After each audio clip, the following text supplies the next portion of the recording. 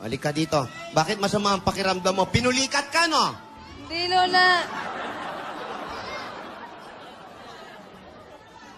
Naku, yan ang nga sinasabi ko eh. Yung isang araw na nawala yung apo mo, ayan na. Sige, mag-ano ka muna. Pahinga ka muna. Sige na, doon ka Sige muna. po, Lola. Eh, na lang muna namin tong pasalubong mo.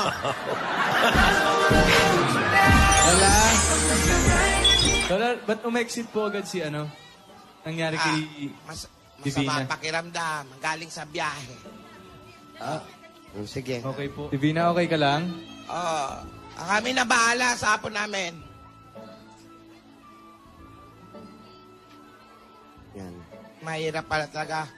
Pagod na pagod yan, iho. Eh, hindi nga Kasi ba naman, naglumangoy na lang pabalik. Yun nga, naubusan ng gas. Ay, Lola, ayos lang ba si Divina? Parang, Hindi maganda ang pakiramdam ng bata. Kanina pa yan.